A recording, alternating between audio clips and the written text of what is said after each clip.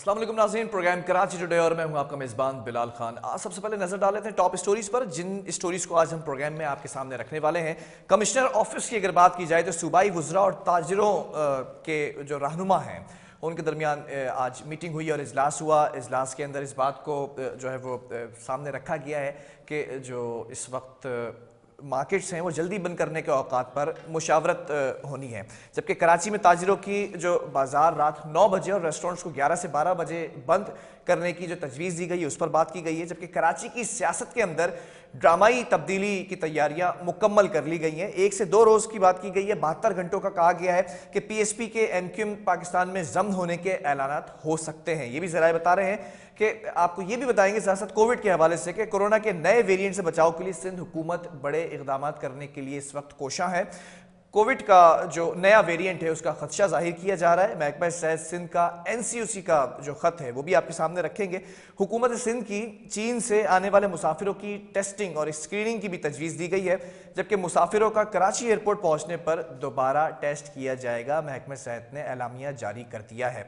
सबसे पहले बात कर लेते हैं कोविड के हवाले से।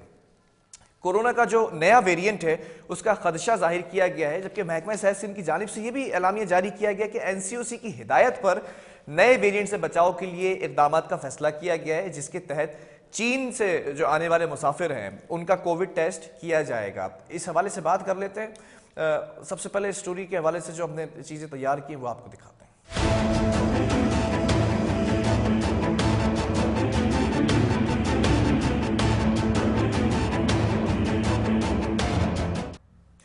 जी नाज़रीन, महकमे सेहत की जानिब से एलामिया तो जारी किया गया। इस हवाले से अपडेट्स ले लेते हैं। हमारे साथ इस वक्त हेल्थ रिपोर्टर ऑन कॉल मौजूद है शाहीन सिद्दीकी। शाहीन, एक बार फिर खदशात जाहिर किए जा रहे हैं कोविड के नए वेरिएंट के, खासतौर पर चीन के अंदर जो इस वक्त सिचुएशन आउट ऑफ कंट्रोल है उसके तनाजुर में स्क्रीनिंग टेस्ट को भी जो अमल है उसको भी तेज़ कर दिया गया एयरपोर्ट के ऊपर। आपके पास क्या अपडेट्स हैं महकमे सेहत की जानिब से?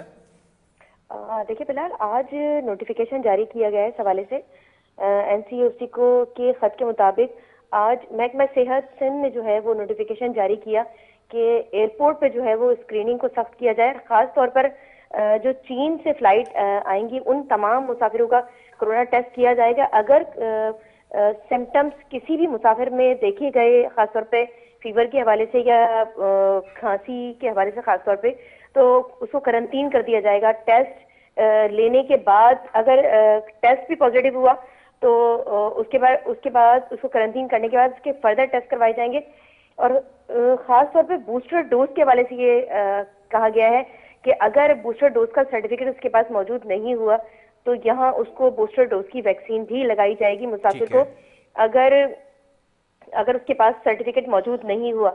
जबकि अगर हम देखते हैं कि जो मुल्क में जितने भी वेरिएंट आए हैं वो तमाम वेरिएंट कराची एयरपोर्ट से ही मुल्क में दाखिल हुए। और जितने भी मैं अगर बात कर लूं 5 वेरिएंट जो है वो अब तक आ चुके हैं कोरोना के हवाले से। और वो तमाम वेरिएंट जो मुसाफिर आए वो या फिर कराची एयरपोर्ट से ही तमाम इन हुए हैं और उसके बाद उनका फैलाव देखा गया।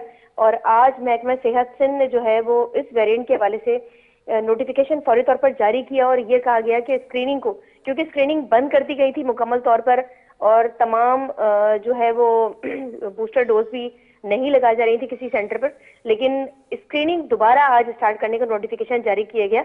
जबकि कल से जो है वो तमाम एयरपोर्ट्स पर जो है जो फ्लाइट्स आएंगी, खासतौर पे अगर चाइना से कुछ लोग आ रहे हैं, दुबई के रास्ते भी आ रहे हैं, या चाइना के जो मुसाफिर हैं अगर वो दुबई के रास्ते भी आ रहे हैं तो उनके भी टेस्ट खासतौर पे किए जाएंगे। और ये भी देखा जा रहा है कि अगर किसी और ममालिक में ये वेरिएंट फैला है तो वहां से भी जो फ्लाइटें आएंगी उनके भी ये टेस्ट किए जाएंगे। लेकिन अगर हम बात कर लें इसकी के पहले भी हम बिलाल अपने ही प्रोग्राम में ये गवर्नमेंट को बार बार करवा चुके थे कि जो एक नया वेरिएंट आया था और जो करंटीन की बात करें तो करंटीन से बहुत सारे मुसाफिर भाग चुके थे और उसके बाद भागने के बाद जो है वो सिलसिला जो है वो फैलाव का जारी था।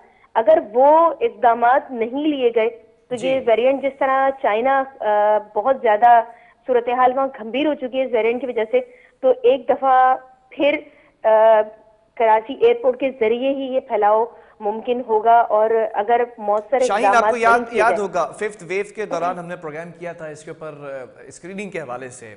बिल्कुल। स्क्रीनिंग बंद कर दी गई थी, फिर एक दफ़ा कोविड फैलता दिखाई दिया था। फिफ्थ जो वेव थी वो आ गई थी इस मुल्क में।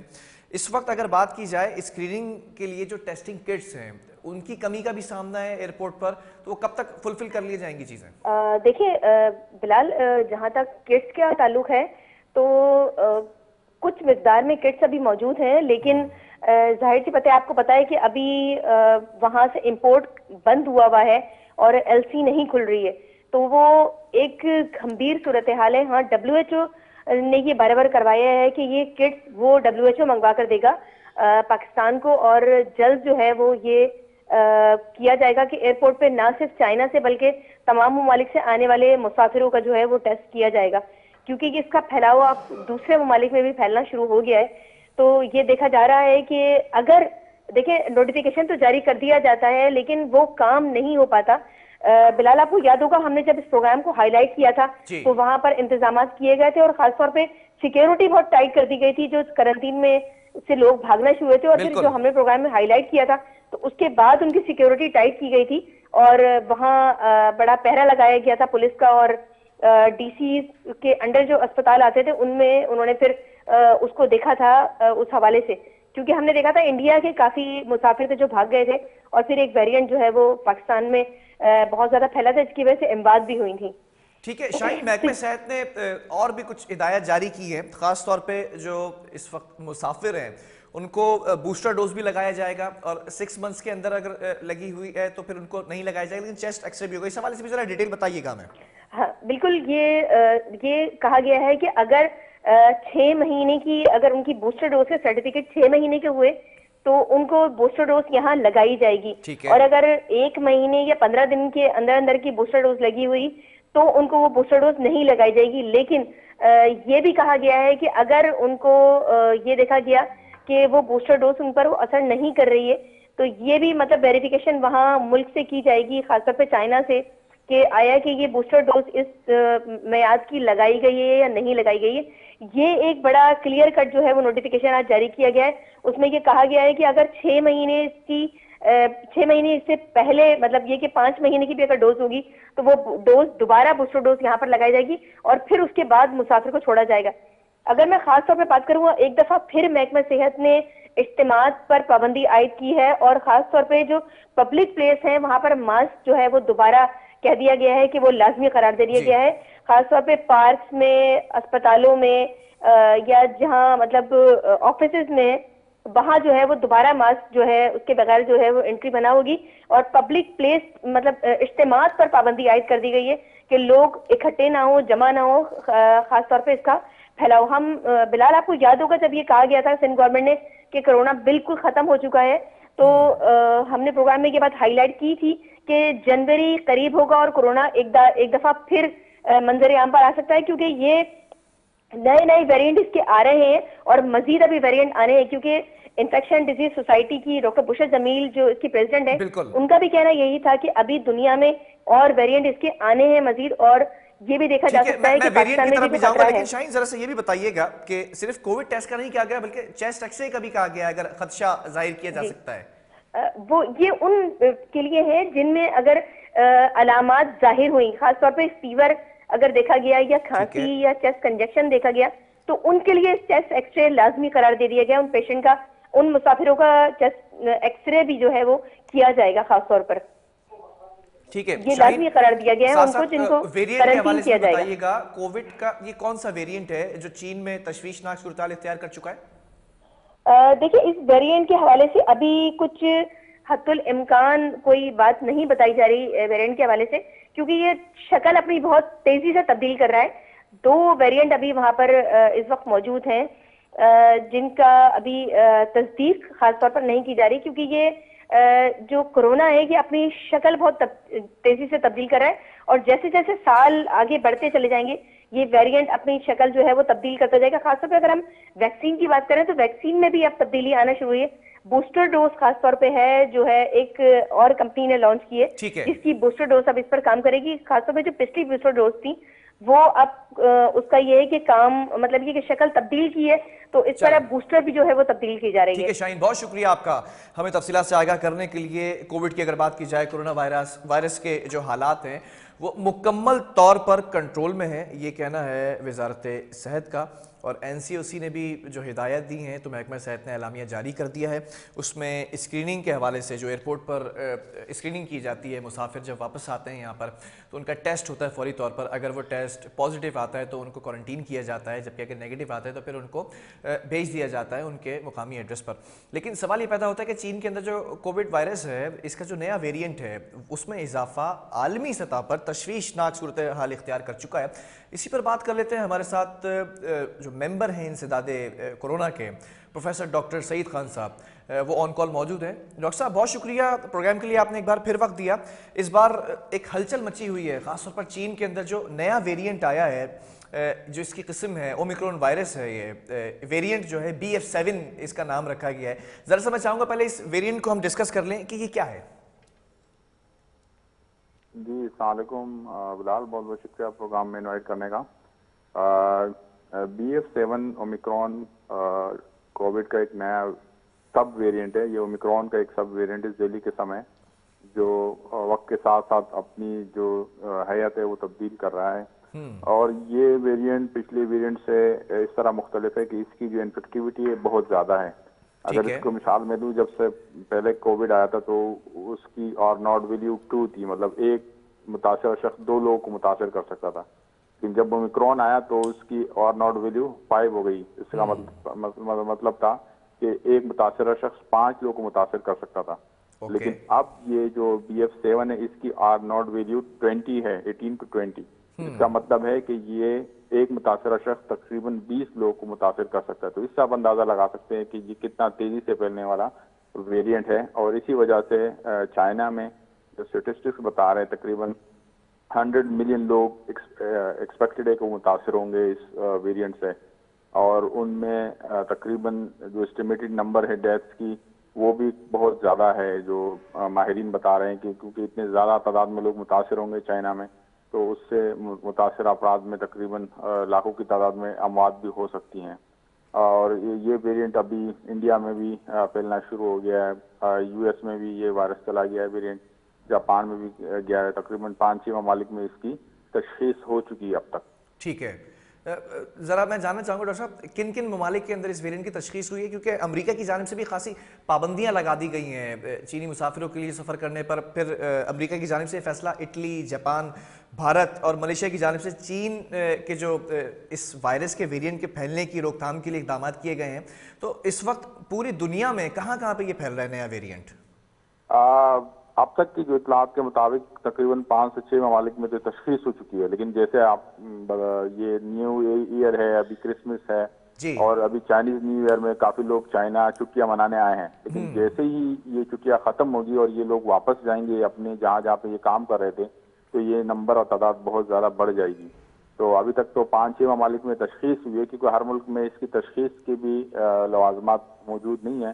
तो ये वायरस ऑलरेडी जा चुका होगा बहुत सारे ममालिक में। तो जहाँ जहाँ ट्रेवलिंग होगी ये वायरस वहाँ चलता चला जाएगा। और जिस तरह ओमिक्रॉन फैला था तो ये भी उसी तरह से फैलता चला जाएगा। तो एक्सपेक्टेड है कि जनवरी फरवरी में ये नंबर्स बहुत ज्यादा फैल जाएंगे। जब वापस लोग छुट्टी जो मनाने चाइना आए थे और वो वापस जाएंगे तो ये अपने साथ ये वायरस लेके जाएंगे।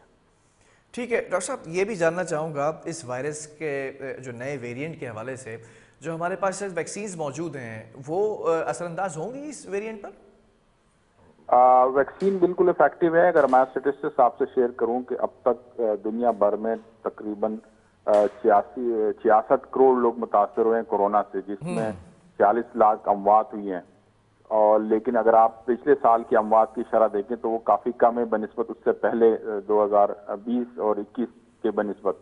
ठीक है। और इसकी वाहिद वजह जो है वैक्सीन की इफेक्टिवनेस है। तो इफेक्टिवनेस बीमारी की शिद्दत को कम करती है, अमवात को कम करती है, लेकिन बीमारी के फैलाव को नहीं रोकती। क्योंकि ये वेरिएंट जैसे जैसे नए आते हैं तो ये मुकम्मल तौर पे जो वैक्सीन है उस पर 100% करामद नहीं होती, लेकिन इस हद तक जरूर करामद होती है कि ये बीमारी की शिद्दत को कम करती है। और अमवात की जो मैंने नंबर बताए उससे बिल्कुल ये वाजह है कि जब से वैक्सीन आई है उससे अमवात में काफी काबिल जिक्र कमी आ चुकी है। लेकिन फैलाव अभी भी हो रही है जो वैक्सीनेटेड लोग हैं उनमें भी ये फैलाव या बीमारी फैलने की शरह अभी भी मौजूद है। ठीक है डॉक्टर साहब, मुझे याद है आपने प्रोग्राम के अंदर बैठकर ये बात कही थी कि जो ये कोरोना वायरस है, ये वायरस अपनी शक्ल तब्दील करके नए वेरिएंट की शक्ल इख्तियार करके हिट करता है बार बार। जब ये खदशात जाहिर किए जा रहे थे, बल्कि जब ये कहा जा रहा था कि अब 5th वेव आ चुकी है, अब हमने कोविड पर काबू पा लिया है, NCOC की जानिब से भी एलामिया जारी कर दी गई, तमाम चीज़ें थी, ये कब तक चलता रहेगा? इस वायरस के अंदर ऐसी क्या चीज़ है कि ये अपने वेरिएंट तब्दील करता है और फिर हिट करता है बुरी तरह? ये एक आरएनए वायरस है और आरएनए वायरस में ये खासियत मौजूद होती है कि ये अपनी बुनियादी जो हैयत है वो चेंज करती है। इसमें म्यूटेशंस होती हैं, तब्दीलियाँ वाक़या होती है, जिससे जो नया वायरस बनता है उसमें ऐसी तब्दीलियाँ होती हैं जिससे हमारी पिछली जो इम्यून सिस्टम है वो उसको मुकम्मल तौर पे रिकग्नाइज नहीं कर पाता। मतलब जिस तरह दुश्मन अपनी शक्ल तब्दील करता है तो जो बॉडी है उसको रिकग्नाइज नहीं कर पाती, जिसकी वजह से ये डिसीव करता है या चकमा दे जाता है बॉडी की इम्यून सिस्टम को। तो ये सिलसिला एक कंटिन्यूअस प्रोसेस है और ये चलता रहेगा जब तक हम मुकम्मल तौर पे वैक्सीनेटेड हमारे पास आबादी नहीं होगी और हर बंदा। ठीक है डॉक्टर साहब, शॉर्टली एक चीज़ और बता दीजिएगा, जब पहला कोविड केस रिपोर्ट हुआ था और उस वेरिएंट का आई गेस नाम सार्स था, तो उसके लिए वैक्सीन तैयार की गई थी, उसका नमूना लेकर। ये वैक्सीन अभी तक जितने वेरिएंट आ रहे हैं, तब्दील होते जा रहे हैं, ये वैक्सीन वही मौजूद है, ये सब पर असरअंदाज हो रही है? ये यकीनन ये सबसे इम्पोर्टेंट बात है कि अभी वैक्सीन जो बेस है वो उसी वायरस के बेस है। अब नई वैक्सीन बनाई जा रही है और प्रोसेस में है, लेकिन वैक्सीन बनाने का अमल ऐसा है कि जिसमें उतना ही वक्त दोबारा लगेगा जितना पहले वैक्सीन में लगा था और वो सारे प्रोसेस दोबारा से करने पड़ेंगे। तो ये ऐसा नहीं कि नया वेरिएंट आ गया और अगले दिन आप फिर जो है वैक्सीन नया बना के और मार्केट में आप यूज करना शुरू करें। ये बिल्कुल एक प्रोसेस है और रेगुलेटरी बॉडीज भी इसको रेगुलेट करती हैं। तो साइंटिस्ट इसमें लगे हुए हैं कि जो नया अपडेटेड वर्जन है वायरस का उस पर बेस करके वैक्सीन बनाई जाए और वो वैक्सीन बहुत ज़्यादा करामद होगी, लेकिन इस प्रोसेस में मजीद थोड़ा वक्त दरकार है, चाहिए। ठीक है, बहुत शुक्रिया प्रोफेसर डॉक्टर सईद खान साहब मौजूद थे हमारे साथ। और जो कोविड का एक नया वेरिएंट आया है, जिस सब वेरिएंट है, इसका नाम ये रखा गया है BF7 और ये चीन के अंदर जिस तरह से फैलता दिखाई दे रहा है तो आलमी सतह पर भी तशवीशनाक सूरत हाल इख्तियार कर चुका है। अब देखना यह है कि पाकिस्तान के अंदर जो सफरी पाबंदियां हैं माजी के अंदर लगाई गई थी, लेकिन इस बार सफरी पाबंदी नहीं लगाई गई है, बल्कि स्क्रीनिंग जो टेस्ट है उसको दोबारा से फंक्शनलाइज कर दिया गया एयरपोर्ट्स के ऊपर और टेस्टिंग किट्स को भी जो कमी है तादाद में उसको भी फुलफिल करने के लिए जल्द अज जल्द कोशा है महकमा साहब। बहरहाल वक्फे की तरफ जाएंगे, इसके बाद बात करेंगे हम जो ताजिर बरादरी है उसके लिए ख़ास इजलास आज मुरतब किया गया। उस इजलास में कौन सी बातें हैं जो काबिल गौर हैं वो आपके सामने रखेंगे वक्फे के बाद।